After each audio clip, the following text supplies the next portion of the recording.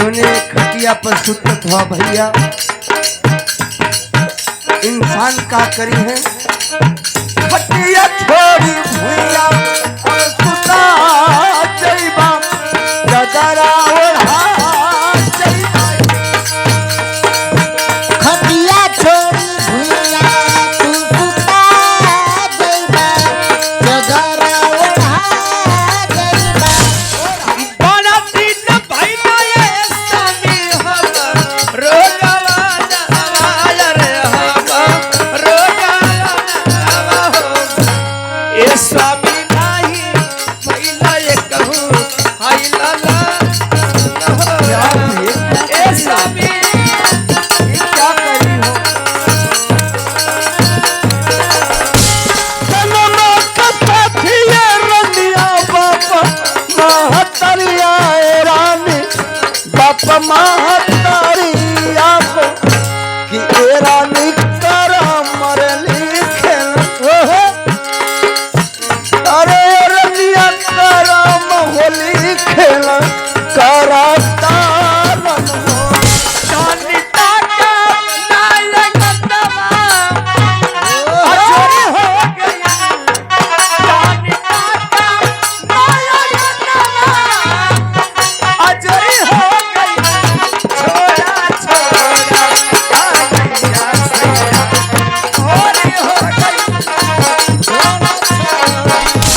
अरे गिरा शारदे भारती अब सुनो कौन कुमार अरे हे मैया अब मैं हर वाली अब करी दो बेढ़ा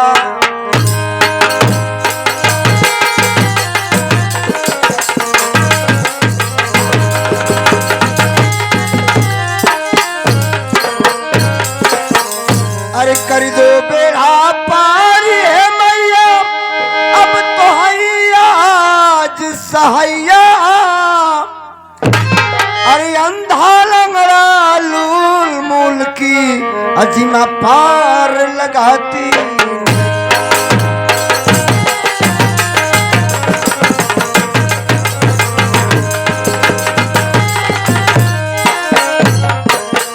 अरे सुनो सज्जनों गौर से अभी इधर लगा कर ध्यान अरे आप लोगों ने सुना होगा अजी भानु सिंह का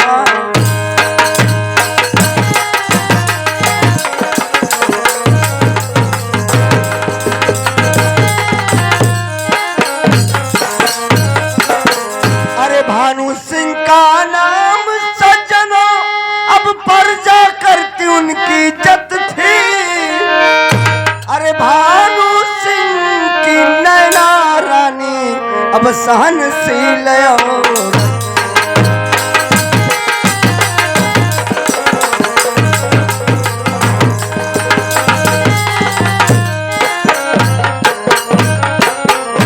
अरे तो है लेख करम है दाता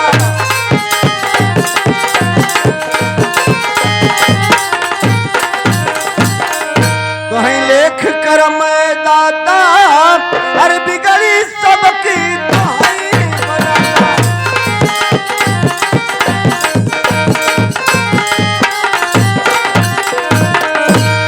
ज्ञान माँ फुलचंद राम को देना अरे पारस राजकुमार कहते हैं अजी खेली देख कर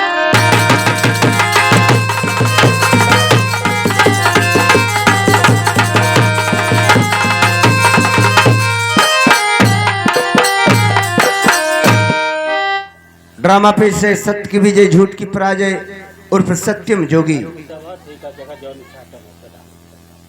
राजघराने में काम करने वाला मंत्री छुट्टी लेकर के घर पर जाता है अपनी पत्नी से क्या वार्ता करता है सीन पर्दे पर तो लगा दिया मास्टर माई मरल है घर द्वार छूट गल उनकर लेकिन भैया इंसान जब मर जाता है अपने परिवार के लिए सब कुछ बनाता है लेकिन मरने के बाद ये इंसान अपने परिवार के ऊपर कैसे क्या जुर्म ढाते हैं, देखिए मैं बताता हूँ। अरे भैया आखिरी दिन, ए भैया आखिरी दिन, अरे महल से बाहर आ जाइबा तो चदरा ओढ़ा जाइबा हीरा। आखिरी दिन महल से बहरिया जइबा चदरा ओढ़ा जइबा हीरावा। आखिरी दिन महल से बहरिया जइबा चदरा ओढ़ा जइबा अरे ओढ़ा जाइबा हीरा, अरे सुता जाइबा बाबू। आखिरी दिन महल से बाहर आ जाइबा चदरा ओढ़ा जाइबा। आखिरी दिन महल से बहरिया जइबा चदरा ओढ़ा जइबा। गौर करेंगे, जवने मोहालिया के रची रची बनावा, जवाने महलिया के रची रची बनावा। जिंदगी कतलेरों का मैया जिंदगी के समेरों का मैया लगावा। खटिया छोड़ी, जवने खटिया पर सुतत हुआ भैया, इंसान का करी है। खटिया छोड़ी भैया और सुता जाइबा चदरा ओढ़ा जाइबा। खटिया छोड़ी भुइया तू सुता जइबा चदरा ओढ़ा जइबा। ओढ़ा जाइबा हीरा, अरे सुता जाइबा बाबू। खटिया छोड़ी भैया अब सुता जाइबा चदरा। खटिया छोड़ी भुइया तू सुता जइबा चदरा ओढ़ा जइबा। ये शाहपुर प्रमोद भैया की तरफ से जो माता इस धरती पर नहीं है, उनके आत्मा के शांति के लिए 51 रुपया का पुरस्कार मिला। खटिया छोड़ी भुइया अब सुता जाइबा चदरा ओढ़ा। खटिया छोड़ी भुइया तू सुता जइबा चदरा ओढ़ा जइबा। गौर करेंगे, मरने के बाद सभी लोग हितनाथ रिश्तेदार परिवार वाले आते हैं और माई होकर चाहे बाबूजी उनके जगावे ना कि माई उठा, लेकिन जब प्राण रही तब बन जगी है। सब कोई बोली हीरा, तू रहा बात चुपा हो। सब कोई बोली हीरा तू रहबा चुप हो। रत्ना बोली हाथ तोहरे, बोलबा ना कितना बोलई है तोहके भोला बाबा मुखा हो।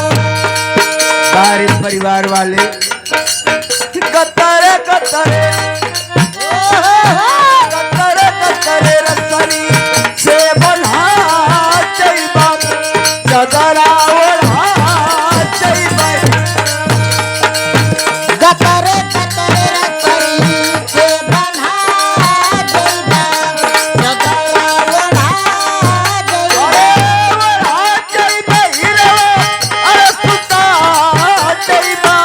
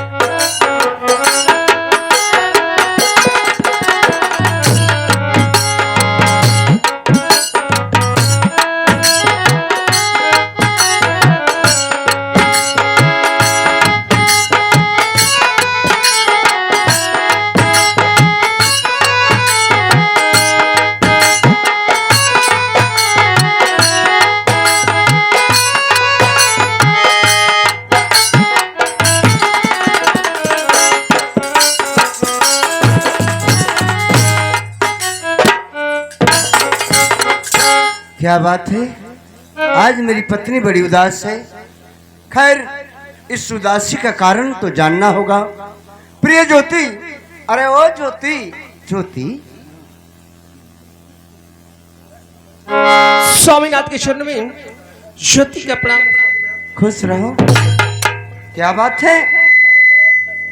अरे जब भी मैं छुट्टी पर से आता था, देखता था तेरा चेहरा हमेशा खिला लगता था, और अचानक इस चेहरे पर उदासी। क्या मैं इस उदासी का कारण जान सकता हूँ? स्वामीनाथ, मैं क्यों उदास रहती हूँ और उदासी के कारण जरूर बतलाओगी, जानना चाहते हैं? अरे कौने करनवा ये रनिया तेरा राधुमीरा भैले तेहरा धुमीरा। अरे कर भेदवा से बुना बताई न हो। किया हो राम रे एकर भेदवा देबू ना बताई न हो। अरे चेहरा धुमीला रानी मना रामलीला ये रनिया मनवा मलीना हो। अरे अखिया से गिरे जगा किया हो राम रे अखिया से गिरे जल धार न हो। क्या बात है प्रिय, इन आंखों में आज आंसू? और सुन बात तो सुन बाए स्वामी हमारी बचनिया, हमारी बचनिया। ए स्वामी से बचनी से लगा। कहो कहो प्रिय। ए स्वामी सुन ले बात ध्यान के लगाई न हो। ओ बनवा के बनिया ए स्वामी तो से बतई भूगर तो से बतई। ए स्वामी सुन ले बचनी से लगाई न हो रे। ए स्वामी सुन ले बात ध्यान के लगाई न हो। बनती न भइला ए स्वामी हम रोगवा नवा रे हम रोगवा नवा हो। ए स्वामी नाही भइला ए कहूँ हाइला ला हो। ए स्वामी क्या करी हो?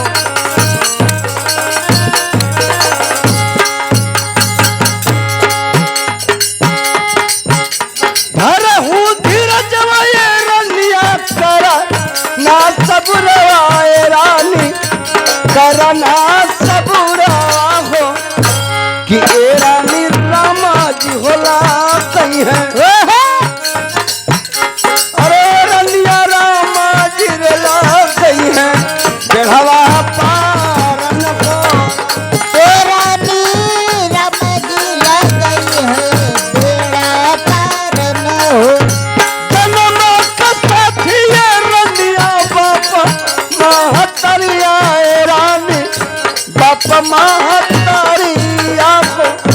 कि ए रानी करा मरली खेल। अरे रनिया करा होली खेल, करा तारन हो। तेरा नी करमाली खेला कर तार न हो। कोखिया में होई है रानी तोहा रे सुगनाए रानी, तोहा रे सुगना को। कि ए रानी भगवान पर थारा है। अरे रनिया भगवान पर धरबू तनी धिया नला। तेरा नी भगवान पर धरबू तानी ध्यान न हो। स्वामीनाथ, इसलिए मैं उदास रहती हूँ स्वामीनाथ। इतना दिन हो गया हूँ, कौन करा के लाई मुझे, और याद तक हमारी कोख से कोई औलाद कोई बच्चा नहीं हुआ स्वामीनाथ। जब मैं घर से बाहर निकलती तो लोग मुझे ताना मारते को देखो ये बाझिन जा रही है। स्वामीनाथ, आप ही बताइए स्वामीनाथ, कब तक लोगों की ताना सहूंगी मैं? नहीं रानी, कहा गया है अरे बीत कले खनी को कोई मिटा नहीं सकता, अरे बीत कले खनी को कोई मिटा नहीं सकता, इंसान लाख चाहे पर फूल खिला नहीं सकता। भगवान पर भरोसा करो, कभी ना कभी किसी ना किसी दिन इस गोद में कोई ना कोई फूल जरूर खिलेगा। प्रिय, कहिए स्वामीनाथ। 1 महीने बाद आया हूँ, बहुत जोर से भूख लगी है, क्या मेरे लिए भोजन नहीं बनाई हो? स्वामीनाथ चलिए मैं आपको भोजन कराती हूँ। स्वामीनाथ आप हमारे भगवान हैं, पति हैं, आपकी सेवा नहीं करूंगी तो किसका सेवा करूंगी?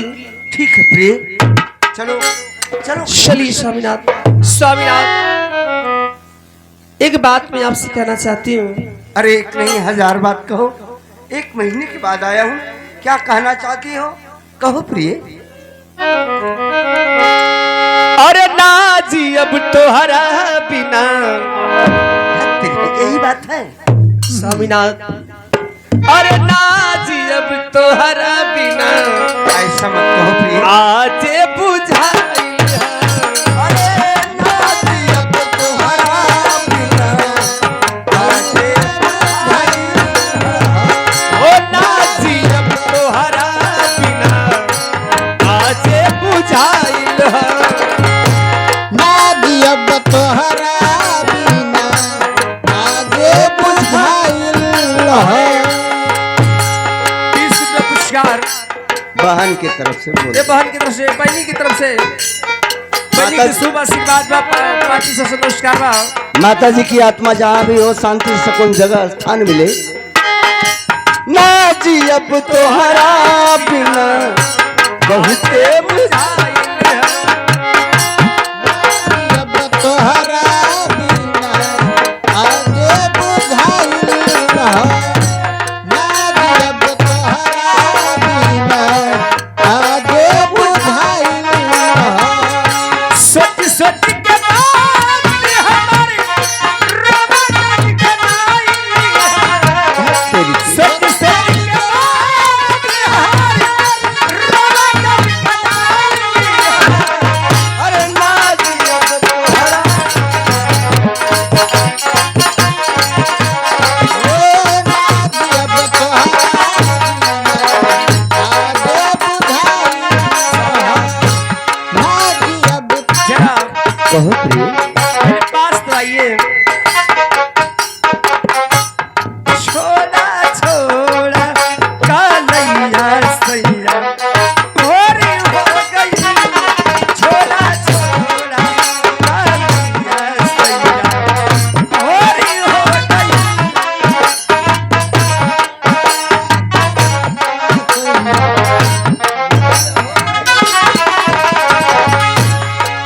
कानी ताका नायक नवा अजोरी हो गई। कानी ताका नायक नवा अजोरी हो गई। छोड़ा छोड़ा कालैया सैया भोरी हो गई।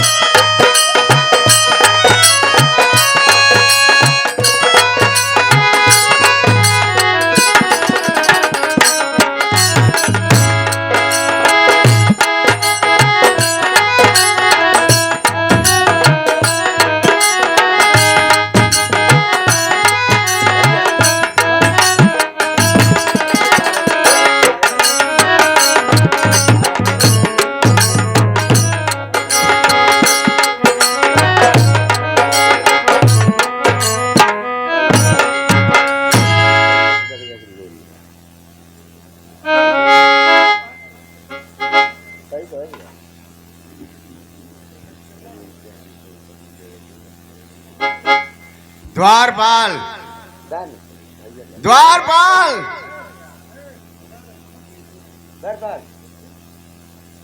सरकार की जय हो। द्वारपाल, मैं तुम्हें कितनी बार समझा चुका हूं कि सरकार मत कहो, सरकार कहो चाहे महाराज कहो। 14 कोस का राजा आप हवा तो सरकार हवा। क्या? 14 कोस का राजा ना हवा तो सरकार हवा। इसका मतलब क्या? सार माने संसार, सार माने लोहा। 14 कोस का जब राजा हवा तो तू सरकार हवा। द्वारपाल, मैं तुमसे पर्यायवाची शब्द नहीं पूछ रहा हूँ। सरकार जो है अशुद्ध शब्द है, समझ गए? क्षमा कर ले, महाराज की जय हो। बुलाने का कारण क्या है ये बताइए। द्वारपाल, ये बतलाओ, हमारे राज्य की प्रजा सुख चैन से तो है ना? किसी को किसी बात की कमी तो नहीं न है? आपका प्रजा जी जहाँ सब सुख चैन से है, तनी इतना है कि इसमें तुम्हार प्रजा तनी गर्मी से बेचैन है।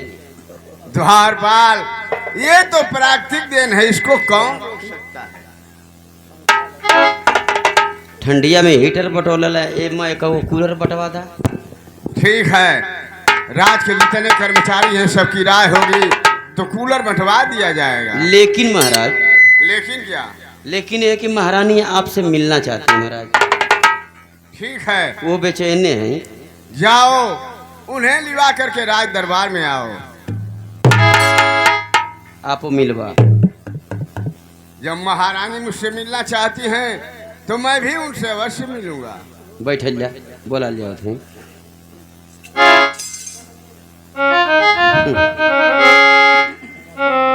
अरे राजा जान मारे, ये हमारा राजा वहाँ देख ला लो। इनका पूरा रात दरबार सोने का है, इनका सिंहासन सोने का, पूरा शरीरिया पे इनके सोना है, देखा चमकत है। ये हमारा राजा, लेकिन सुरती सुबेरे का मंगिया हमसे। अरे बलमुआ जान मारे रुमलिया में।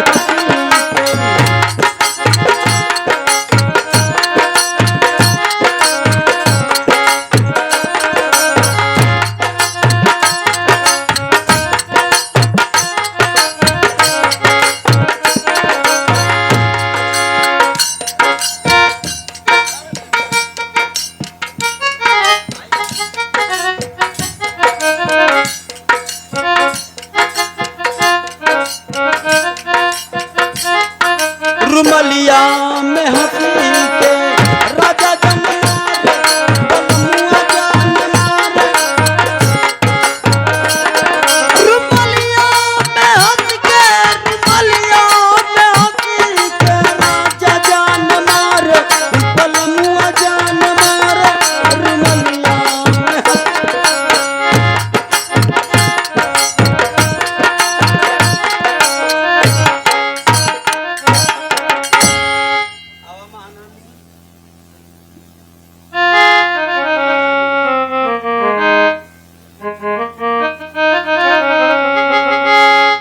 स्वामीनाथ के चरणों में महारानी का प्रणाम। स्वामीनाथ,